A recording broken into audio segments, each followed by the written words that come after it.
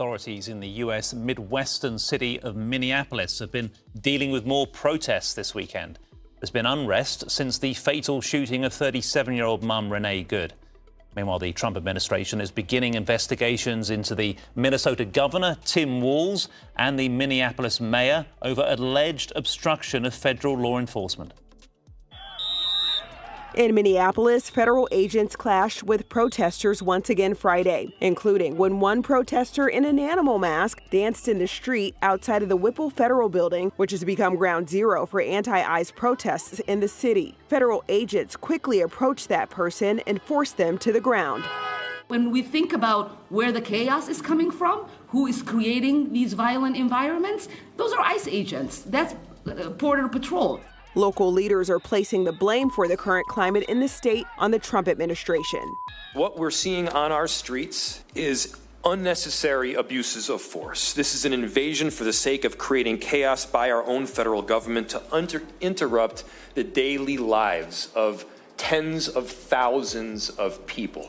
State and local law enforcement agencies are already preparing for planned demonstrations slated for the weekend ahead, urging the community to remain calm and ramping up police presence.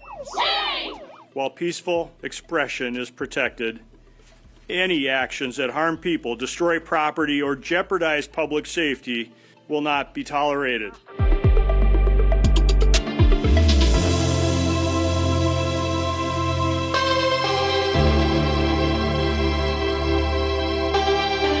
Staying in the US, because Minnesota Governor Tim Walz has addressed rising tensions between his local community and federal ICE agents in the wake of a second shooting in Minneapolis. Yesterday's incident has marked the city as a focal point of anti-ICE sentiment, the Department of Homeland Security claiming the shots were fired in self-defense. But Mr. Walz believes there is one man to blame.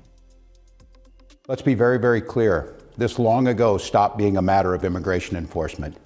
Instead, it's a campaign of organized brutality against the people of Minnesota by our own federal government. Donald Trump wants this chaos. He wants confusion. And yes, he wants more violence on our streets.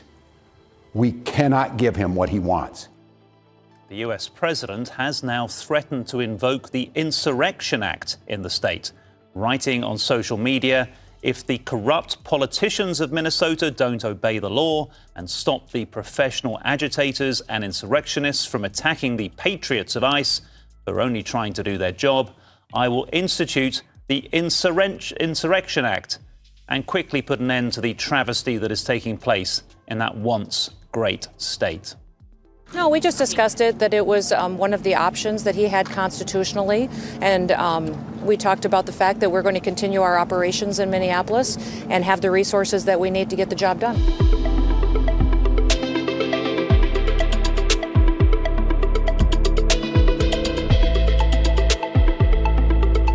Protesters in the Midwestern US city of Minneapolis are again on the streets after a man was shot in the leg by immigration and customs enforcement agents.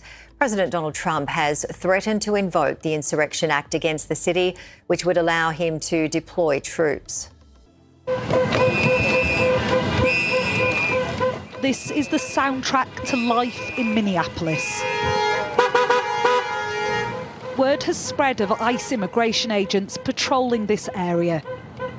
and a community of activists spring into action. Get his ass! Get his ass! This black SUV in front is another car that people suspect of being ICE, and that's why you hear the beeping and the whistles again. A network of volunteers communicate via a secure messaging platform. Can I get a plate check on Kilo 77, Florida plate? That one is confirmed. All right. Modelled on a police dispatch call. They were both travelling together. The Florida expedition just took a U-turn. Just right at the lights. We're riding along with one of them. Within half an hour, we're surrounded by a team of ICE officers. This is our first interaction. This is your one warning, okay?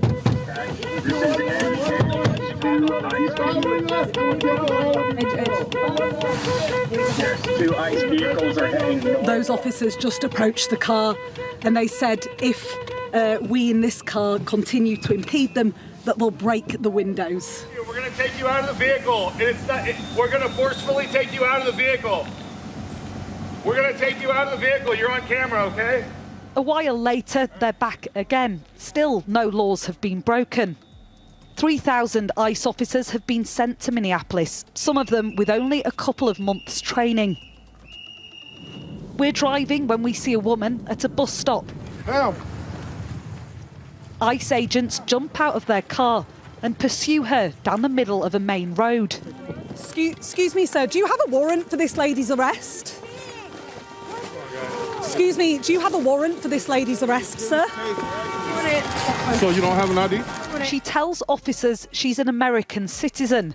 They ask her to show her ID.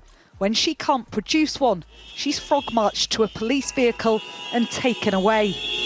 The woman was released later that day. Lawsuits accuse ICE of racial profiling. Nearby, in a residential area, ICE officers suddenly stop their car, blocking a main road opposite a community centre. Sir, have you got quotas that you're trying to meet here? Do you have specific targets in mind, sir? You can see here just what a powder keg atmosphere is in Minneapolis at the moment. These agents pulled up at an intersection. Local residents furious that they're here.